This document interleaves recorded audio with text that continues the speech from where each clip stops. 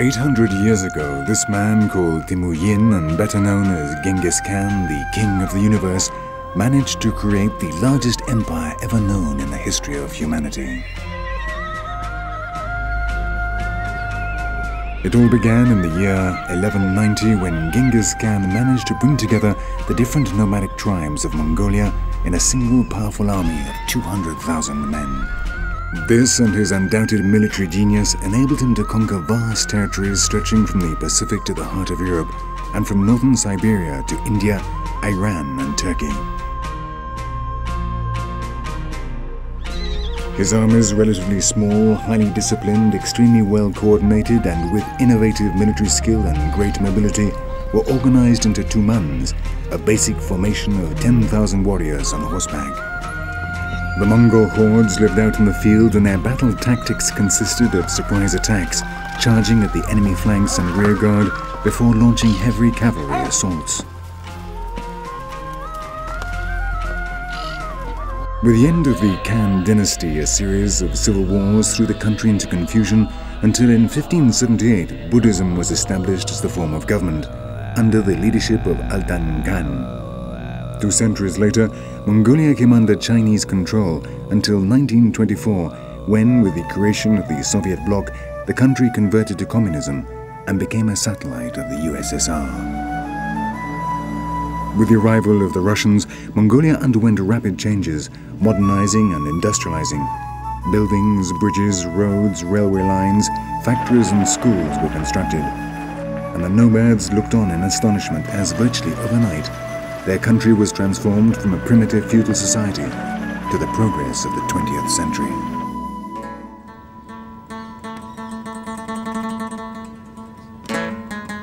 Ulaanbaatar became the new cosmopolitan capital of this renewed country, designed in accordance with the cold, impersonal urban planning standards of the Soviets. The result is an atmosphere which gives the visitor the impression of having landed in a lost remote city in Siberia.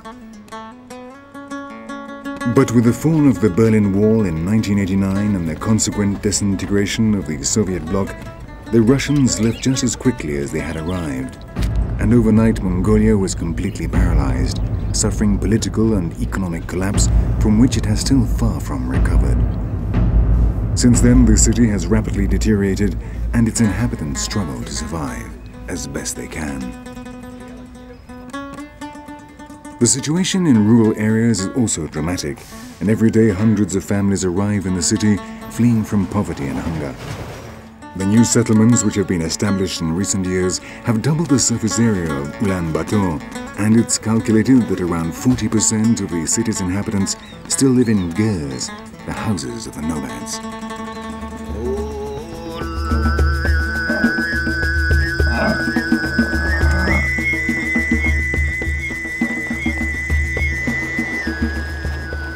But in any case, and despite the great empires, invasions, civil wars and political and social experiments, in the interior of the country few things have changed since the time of Genghis Khan.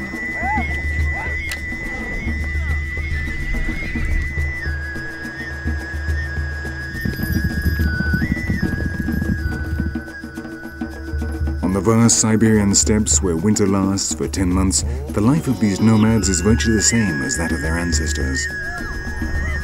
The horse is still their means of transport, and they continue to live by cattle rearing and hunting.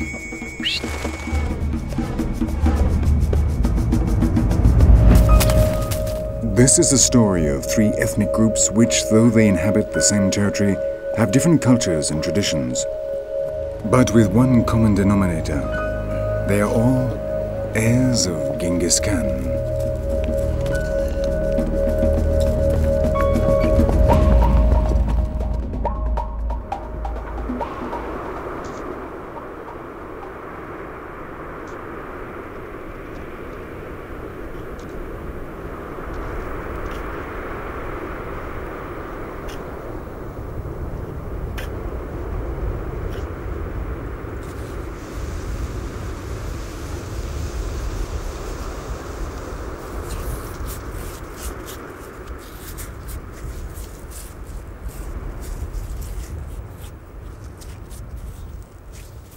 What this man has just found are dinosaur bones.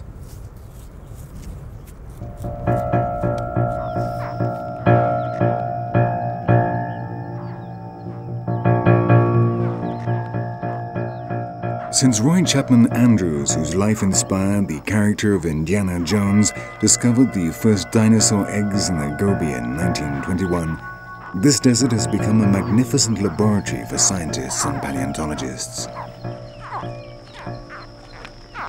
With their excavations, they have been able to find answers to many questions, establishing, for example, that the dinosaurs disappeared from the Gobi as a result of avalanches and sandstorms at least 16 million years ago.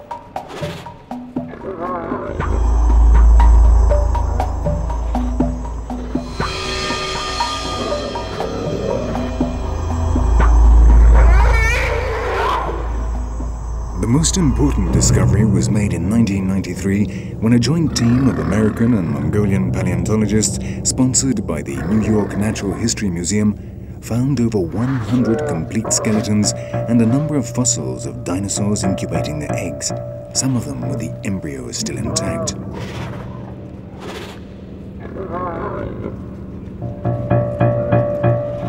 And though the majority of these finds are now on display in the major museums of the West, the Ulaanbaatar Natural History Museum is a magnificent place to find out more about these animals that lived on Earth 250 million years ago.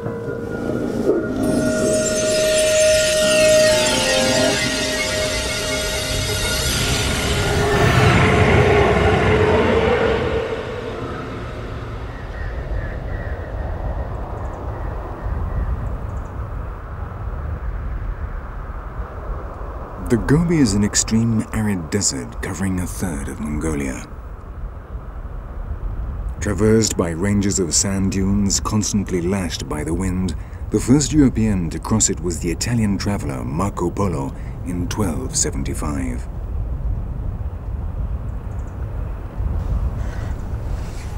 With temperatures of up to 50 degrees centigrade in summer, which generally fall to 40 degrees below zero in winter, life in the Gobi is harsh and difficult.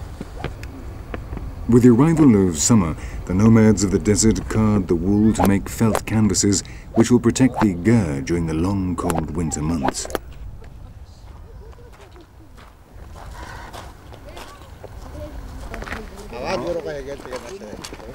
It is also a good time to collect and store camel excrement. These animals are essential if man is to survive in these barren deserts. In a landscape where there is not even a single tree, this is the only possible source of energy for heating and cooking. Without it, life here would be impossible.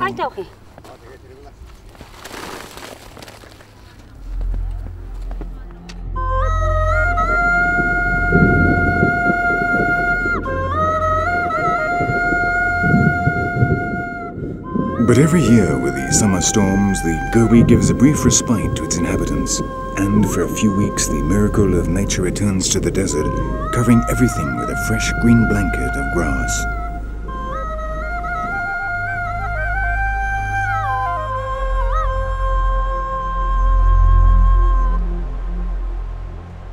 Water once more runs between the dunes and is thirstily absorbed by the parched, cracked land, and the Gobi again comes to life.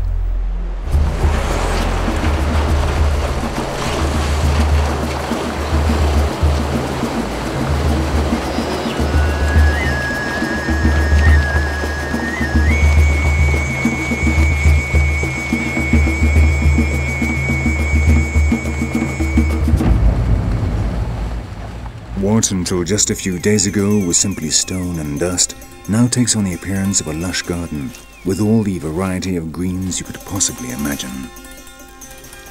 The storks stop off here to regain their strength on their way to the cooler lands of the north, while in the Guramban Saikan Nuru Mountains, the almost exclusive domain of wild goats and scavengers, the ibex descend from the summits in search of food.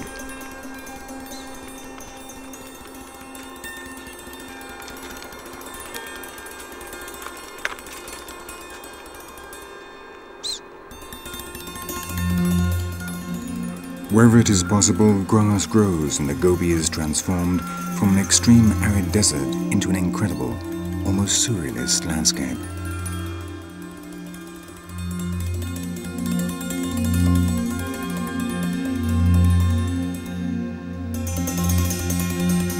Everyone wants to take advantage of this gift of nature while it lasts, and the desert is populated by humans and animals from the high steppes which surround the Gobi.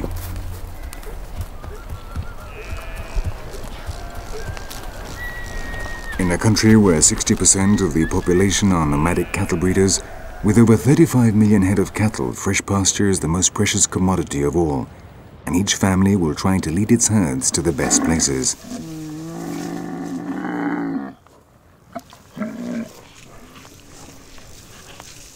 But here the camel continues to be king. It is by far the most valuable animal for the nomads and has been used by traders and travelers since antiquity.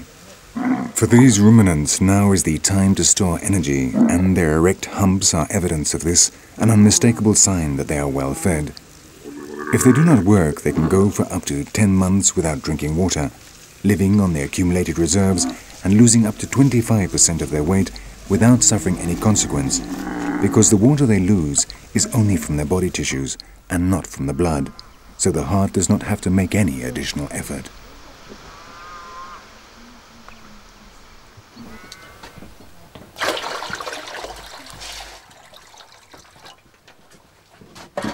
For over 80 years, the Tanzendaya family has moved to this region every summer with their 200 horses, 800 sheep and goats, and 200 cows. They continue to be prosperous cattle breeders despite the fact that 2 years ago a particularly harsh winter killed over half of their cattle.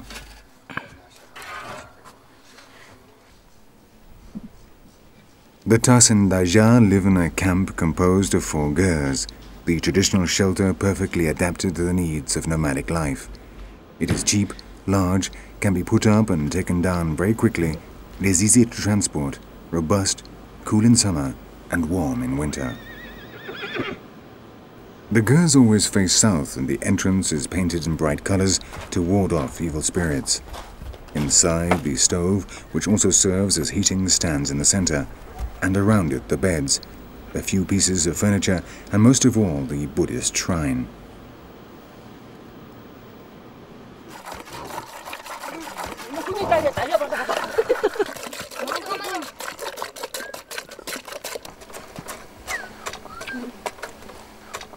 Obviously, the base of their diet is meat, especially lamb. Milk is also an important ingredient of their diet. From it, they produce at least 12 different products, including erag, a drink they make only in summer from fermented mare's milk. This is very healthy and helps combat tuberculosis.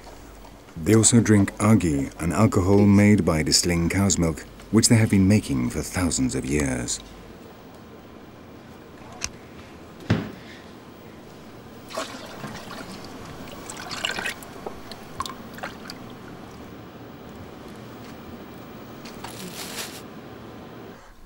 While the women remain inside the gers taking care of the home, the men get ready for one of the favorite activities of these nomadic herdsmen, breaking in the colts born the previous spring.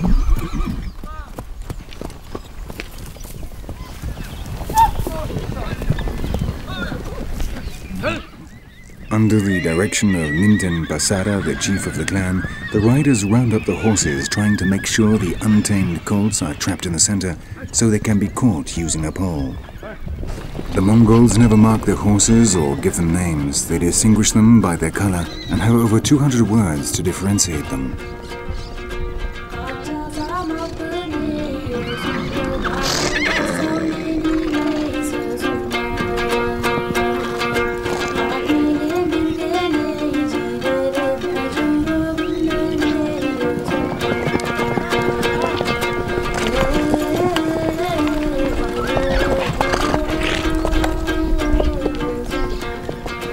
For them, the horse represents much more than simply an animal used for transport and carrying goods, which they began to tame 4,000 years before Christ.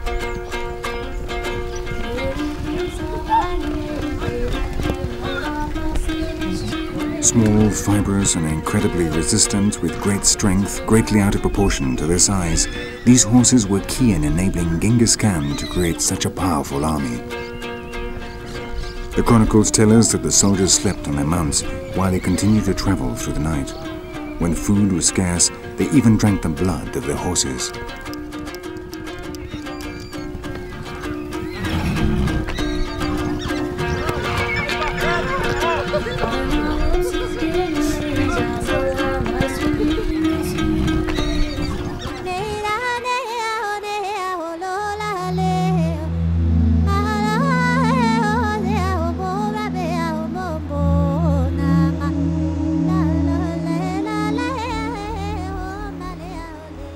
At the other side of the country, beyond the desert and the infinite steppes, along the border with Siberia, a vertical world rises up, dominated by taiga.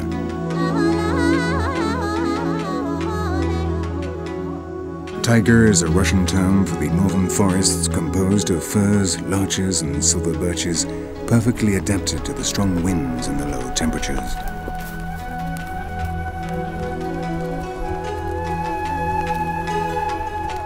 We are in one of the most remote areas of Mongolia.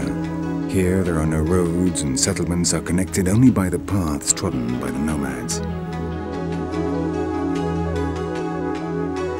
At the end of the summer, the meltwaters from the mountains cover the majority of the surface of valleys and grasslands, making it extremely difficult to move the cattle from one place to another. For the Dahat, the inhabitants of these lands since the days of Genghis Khan, it is time to transfer the herds from the highlands to less demanding regions where they will spend the autumn.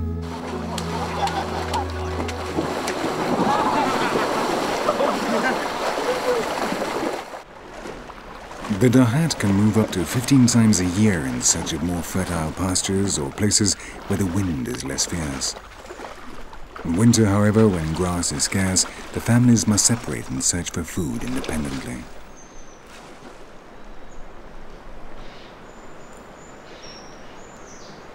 The only boat raft still remaining since the Russians left cannot carry all their cattle from one side of the river Tsangan-Nur to the other. But here time is not important, and while they wait, they chat and drink tea. If they cannot cross today, then they'll do so tomorrow.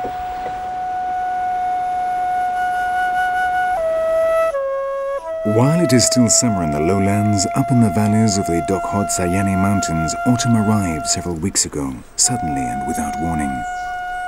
The colors of the forest are changing, and little by little the entire range of reds, ochres and yellows appear.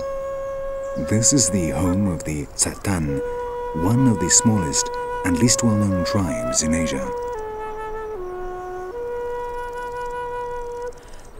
For these mountain nomads, the essential pillar of their subsistence is the reindeer, but this does not by any means cover all their basic necessities. Their living conditions are so harsh that they are the poorest nomads in Mongolia, surviving on little more than their wits. These people came here from the mountain peaks just 7 days ago, and they will spend the rest of the autumn here.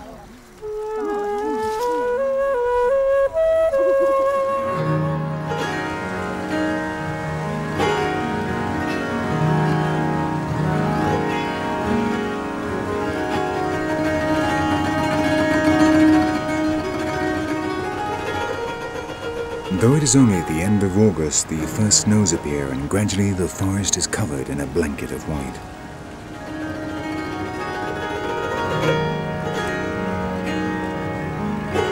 But for the Tsatan, this is the best season of the year, because they are no longer plagued by mosquitoes, the temperatures are relatively mild, and there is still sufficient food for the reindeer.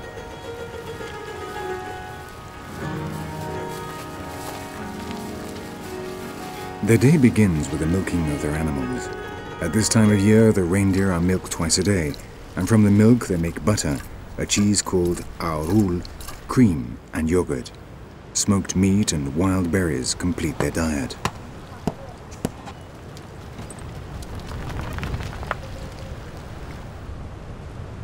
The life of the Tsatan has never been easy, but since the arrival of communism, part of their culture, traditions and daily life have been destroyed. The herds of reindeer, which had belonged to them since time immemorial, became state property. Some Tsatan preferred to kill them rather than see them disappear. They had to answer to a Mongol official who was completely ignorant of their customs and traditions and forced them to comply with very strict rules entirely unsuited to a nomadic lifestyle.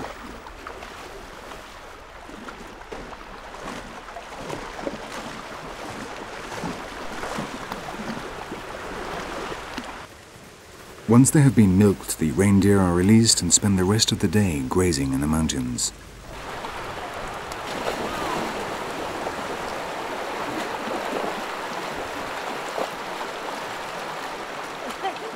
This settlement, composed of 12 families and 86 individuals, possesses only 200 reindeer, from which they obtain just enough to be able to buy a little flour, salt, tobacco and tea. One thing that strikes you is that the horns of all the reindeer have been cut. To obtain extra income, the Tsatan sell them for around $4 a kilo to the Chinese, who then turn them into a powder which is used as an aphrodisiac.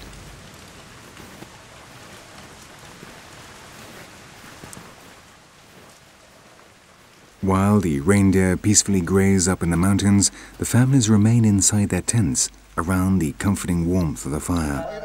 And that, more or less, is their day. Gombo is the chief of the clan. He was born 55 years ago in the Russian taiga, but when he was 6 years old, his parents crossed the border and settled in Mongolia.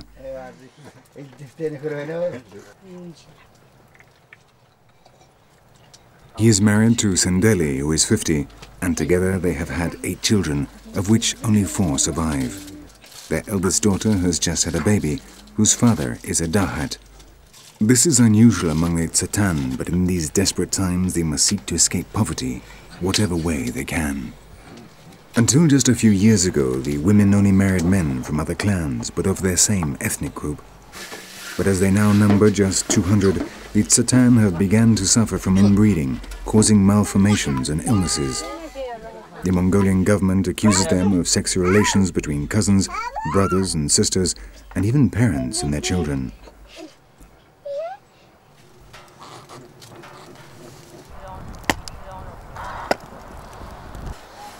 Outside, the snow continues to fall and the cold is intense.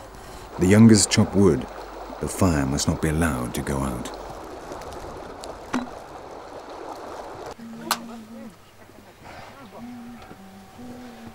The Tsatan, which literally means the reindeer people, are an ethnic group originating in Russia and Siberia, with their own language whose origin lies in Turkey. But with the creation in the 1920s of the People's Republic of Mongolia and the consequent marking of the borders, a group of some 1,000 Tsatan and 6,000 reindeer remain on the Mongolian side.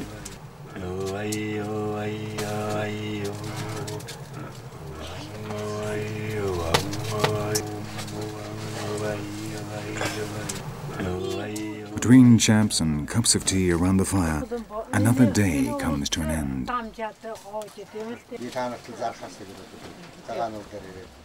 The snowstorm appears to have abated a little, and Dalai Bayar, Gombo's elder brother, takes advantage to go out and indicate to the reindeer that it is time to return to the settlement.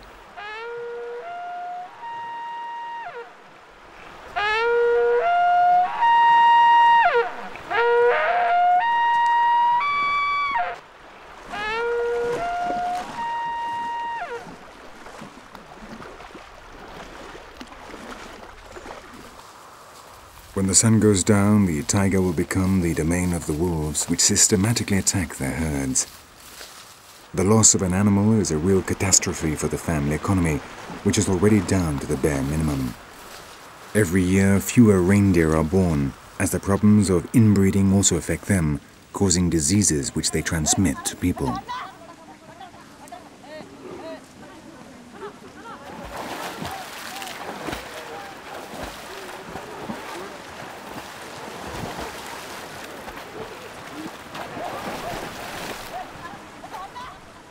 With the return of the animals, the camp again stirs to life.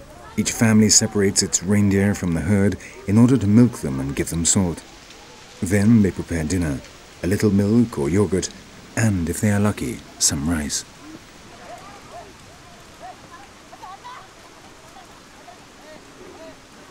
Tomorrow, the same routine, and if the weather permits, the men will go out hunting while the women and children venture into the forest to gather wild fruits and berries.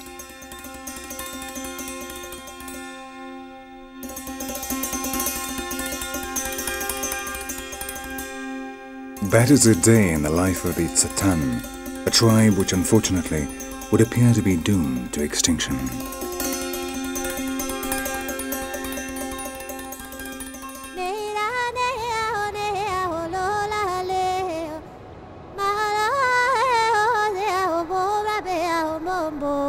Nama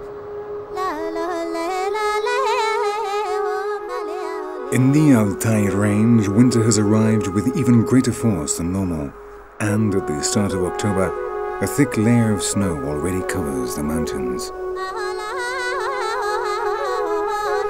Though we are still in Mongolia, the majority of the people who live in this region are of Kazakh origin. Like the Mongol nomads, they too live in gers, but theirs are considerably bigger and much better decorated.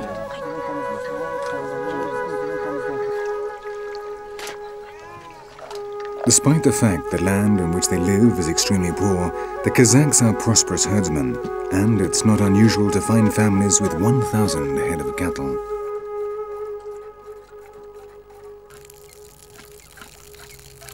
In this small camp occupied by their Bulgan family, the women begin the day by milking their yaks. But it's very noticeable that there are no men around.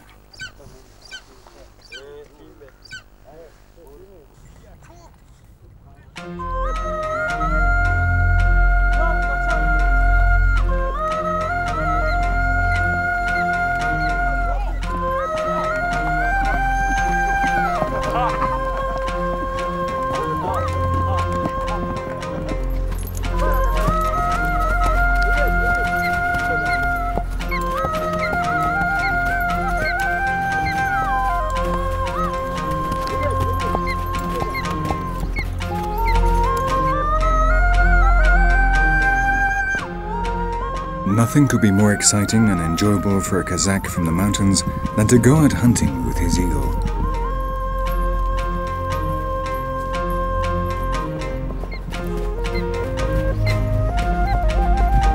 The season has just begun, and for these men, today is the first hunting expedition since the start of the spring, and it is a moment they have all been waiting for impatiently.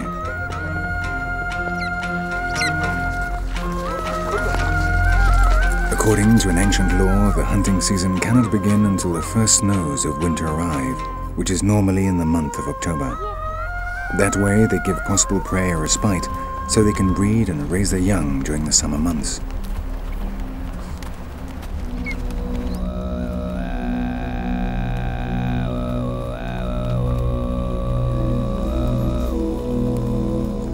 But if the snows take longer than normal to arrive, the hunters all go to see the shamans to pressurize them into making it fall. They cannot conceive of life without hunting, and in fact claim that when the Kazakhs came into the world, they were already eagle hunters.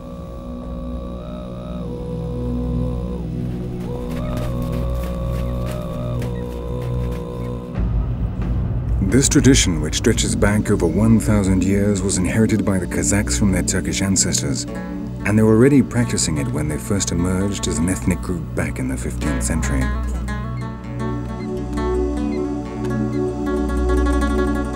After riding for 3 hours, the 5 horsemen reached the summit of Balkan Altai, which at 3,900 meters is the highest mountain in the area.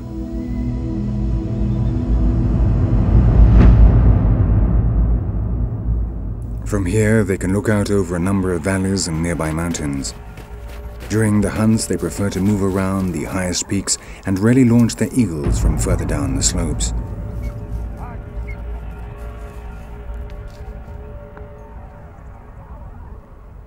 Meanwhile, the beaters comb the valley, trying to scare out a hare or a fox. But the Altai is also a land inhabited by wolves, an animal very much feared by the Kazakhs, as it frequently attacks their cattle. If a wolf appears, the hunters all release their eagles together, even though they know it may suffer serious injuries or even death.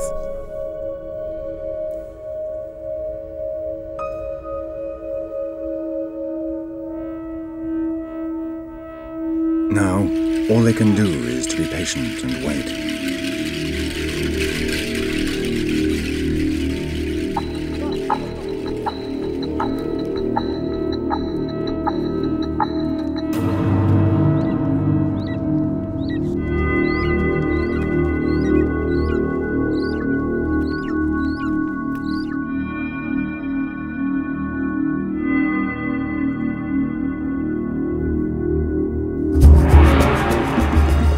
A female fox has left her den, frightened out by the cries of the trackers.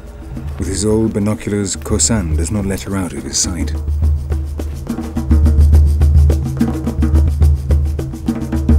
Meanwhile, Altai Khan has taken the tomaga, the hood of his eagle, and it begins to scan the horizon. The vixen continues to flee, desperately seeking somewhere to hide.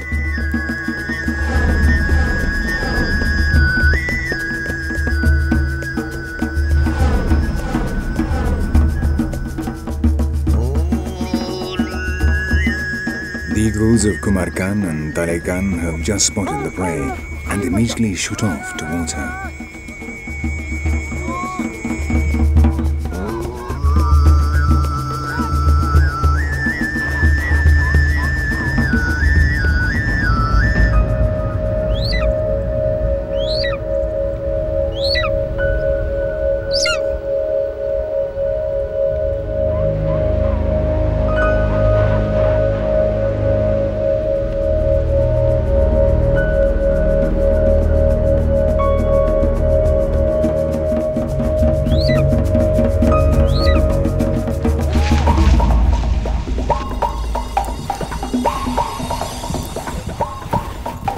Talai Khan's eagle is the first to reach the vixen.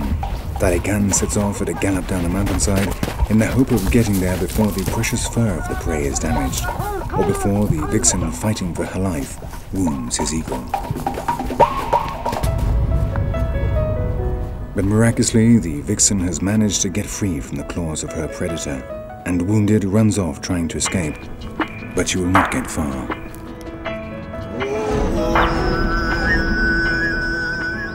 Immediately, Shekin, who up to now has been simply a spectator, decides to go into action, and removing the hood from his eagle, launches it into the sky. The vixen, frightened, exhausted, and knowing that her fate has been decided, decides to give in. Crouching down in a last futile attempt to remain unnoticed, she resignedly awaits certain death.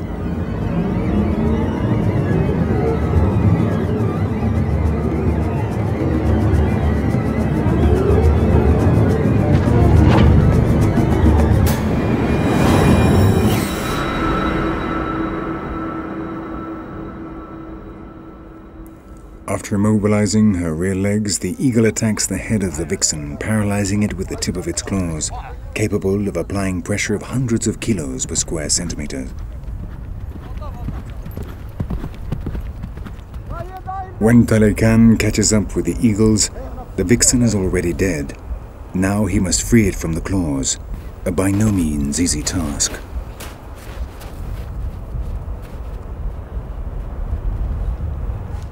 These hunters always use female golden eagles, which they consider to be much more aggressive than the males. With a wingspan of some 2 meters and weighing 7 kilos, they possess two very important qualities when it comes to hunting.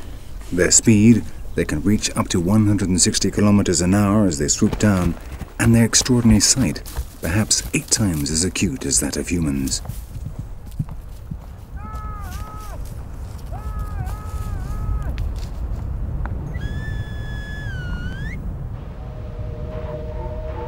With a whistle and attracted by a piece of meat, the eagles return to the arms of their masters.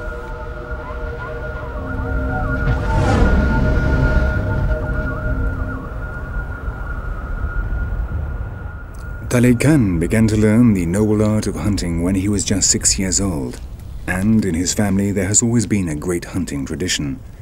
Kumar Khan, his father, is one of the most respected hunters in the region, and for any family to have a hunter among its members is a sign of prestige and wealth. Only those who own many head of cattle can allow themselves the luxury of breeding and training eagles. In the past, it was a sport practiced in Central Asia only by the elite.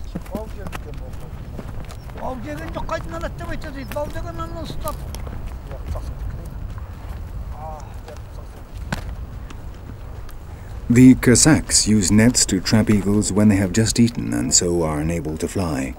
For the first month they are kept inside the ger to accustom them to the sounds and smells. Then, for several weeks, they are trained so they maintain their balance on the arm of the rider as he gallops along. Finally, and most difficult of all, they are trained to return to their master after they've been released. From the time they are caught, they always remain close by him, even sleeping at his side.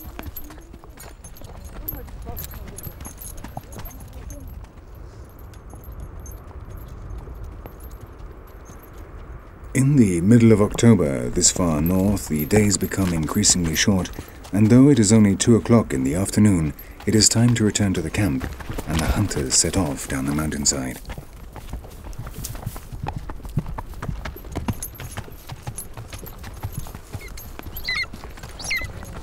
The sun rapidly sinks in the sky, and little by little the gentle colors of twilight envelop the peaks of Altai.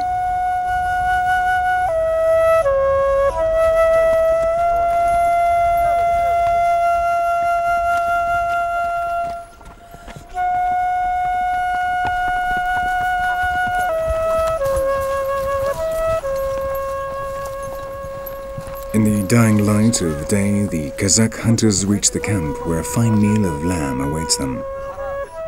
But before they can eat, they must feed the hungry eagles exhausted after the first flights of the winter.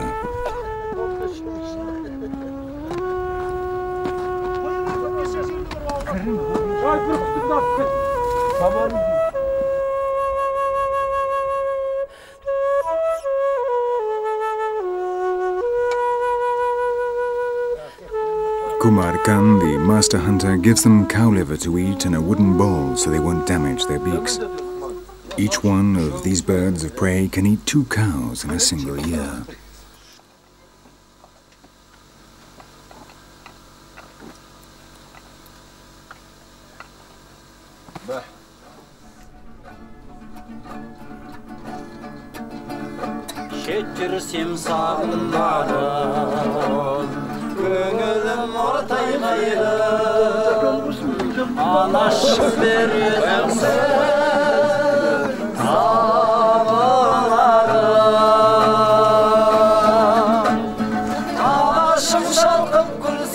Around a dish of succulent lamb prepared in the traditional manner, the hunters give thanks to Allah and without losing a minute start to devour the delicious meat.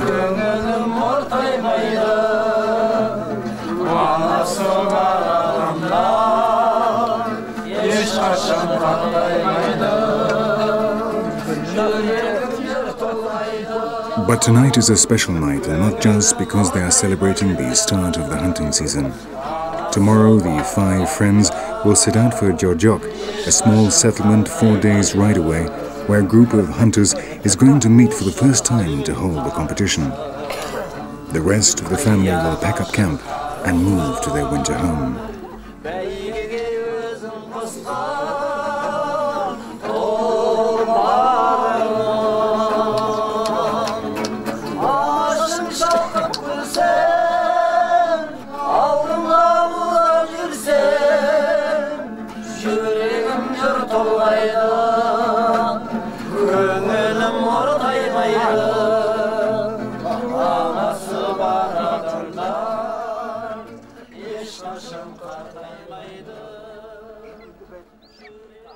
With all the calm in the world and still feeling the effects of the previous night's vodka, Kumar Khan, Altai Khan, Talai Khan, Shekan and Kusan prepare their horses for the long journey. Meanwhile, the women and children will, in little over half an hour, take down the Gers.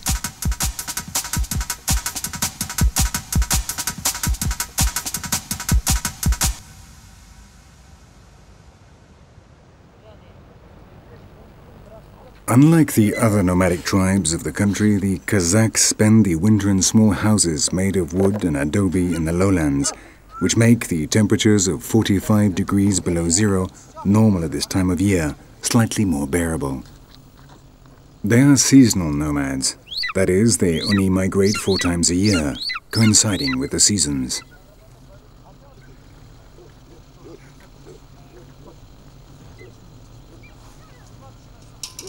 The 5 hunters are now ready to set out on their journey.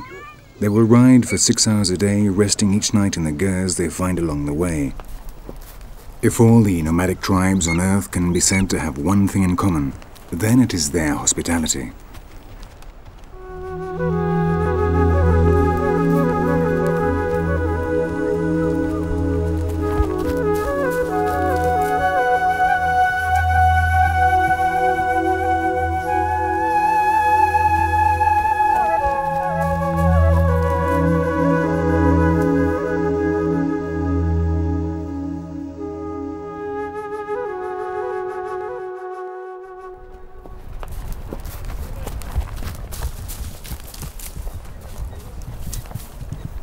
Of the 400 Kazakhs it is calculated continue to practice hunting in this region, 72 of them have decided to enter the competition, some of them coming from over 300 kilometers away. A long journey, but then this is a very special occasion.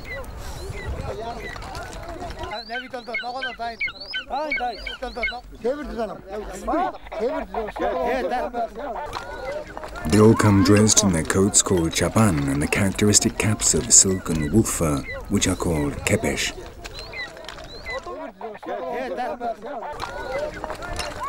The fact is that very little has changed in the life of these Muslim herdsmen since the end of the 17th century when they settled in this corner of Mongolia, fleeing from tribal wars.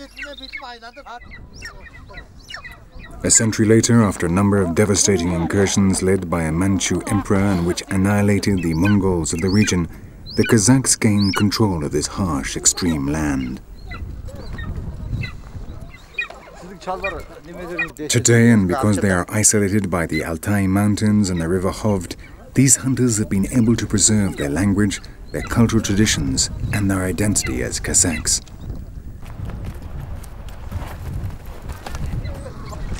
A common characteristic among them are the owl feathers that decorate their kepesh, the thin black stripes of which represent the verses of the Quran, a kind of lucky charm that protects them and brings them good luck during the hunt.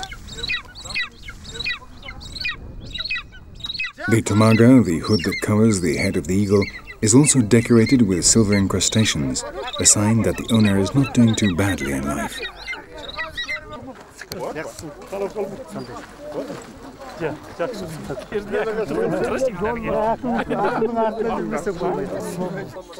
In a region as large as Belgium and with just 90,000 inhabitants, social occasions are rare, and so today is a magnificent opportunity to get together, to meet old friends and bring yourself up to date on other people's lives.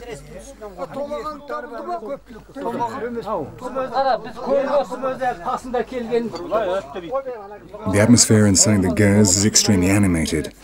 Gathered around in many different groups, the hunters recount 1,001 battles of their days out hunting. After all, though we are in a remote corner of the planet, they are hunters, and we all know what hunters are like.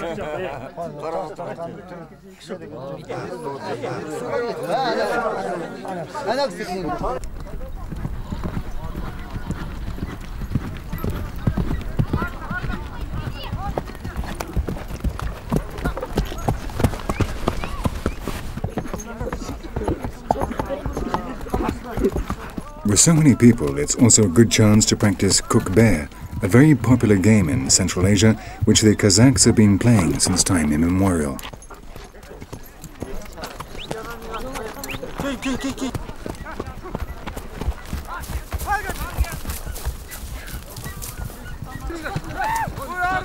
Banned during the Soviet era, cook bear has virtually no rules, though in each country it is played in a different way. The Kazakhs compete in pairs, and the entire game consists of getting hold of a sheep or goat skin.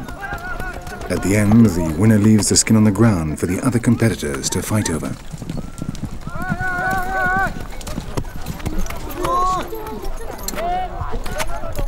Cook bear is normally played at weddings. At the end of the celebration, when everyone has had plenty of vodka to drink, the bride's father throws the skin onto the ground, and the person that manages to carry it to the ger of the bride's parents will receive a prize, a yak. The difficulty is not just fighting against the other guests. Often the bride's house is so far away that the game can go on for several hours, but a yak is a prize well worth fighting for.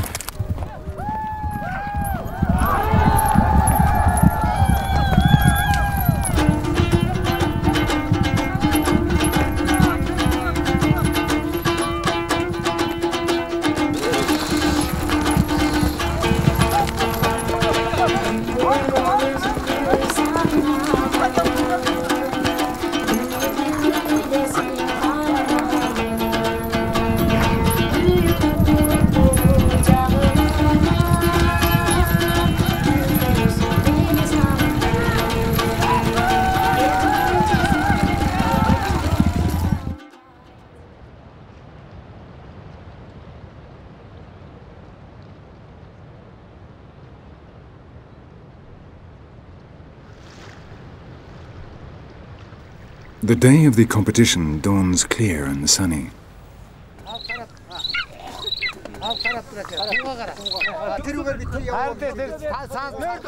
Since the first light of morning, the participants have been taking up their positions at the top of a hill. A certain nervousness can be felt in the air, and not only because it is the first time that so many hunters have come together to test their skills, but also because yesterday inside the Gers many bets were laid, and some may have bet rather too much.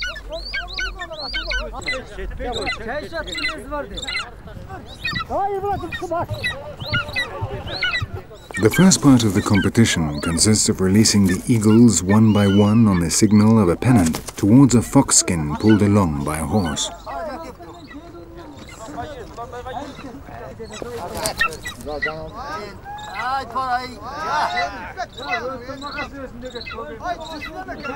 The 5 birds of prey that take least time to reach the fox skin will go into the final, where this time the target will be a live fox.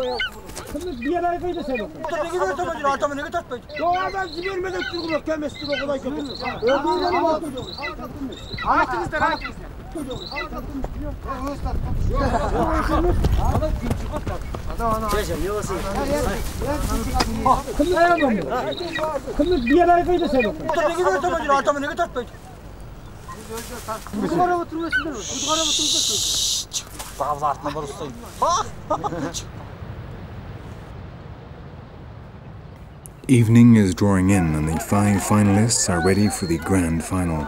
Kumar Khan, the master hunter, is one of them.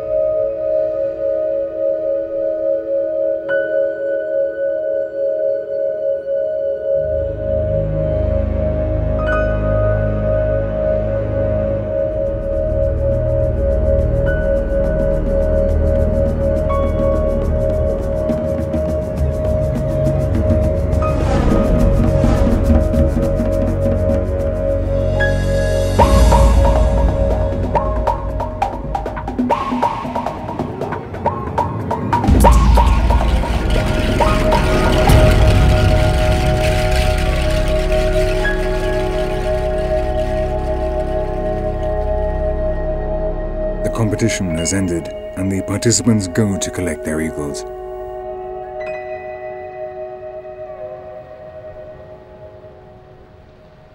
Kumar Khan was not the winner, but he doesn't mind too much. Next year he will return with his son Talai Khan and his friends to once again share an art and a tradition which here remains alive, but which unfortunately in his homeland, in neighboring Kazakhstan, died out long ago. With no noisy farewells and more or less in silence, the hunters slowly leave Joy-Jok and head out into their world of infinite spaces and vast horizons.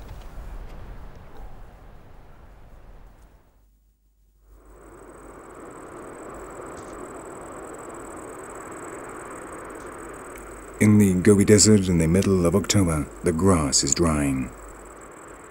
For the Tanzendarya clan, it is time to gather up camp and set off towards less harsh lands in which to spend the winter.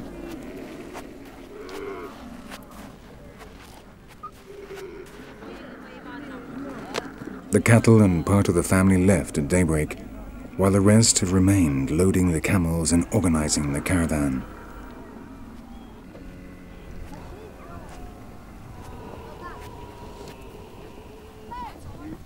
For 8 days they will walk, moving northwest to the edge of the desert.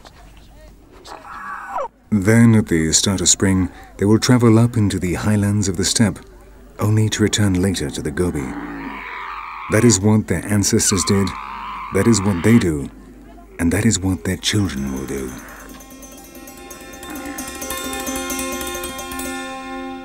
And that is the story of 3 ethnic groups that live in a world of constant movement, struggling to preserve their most valuable treasure, their culture, which little by little is being wiped out by society, engaged in a headlong rush towards globalization.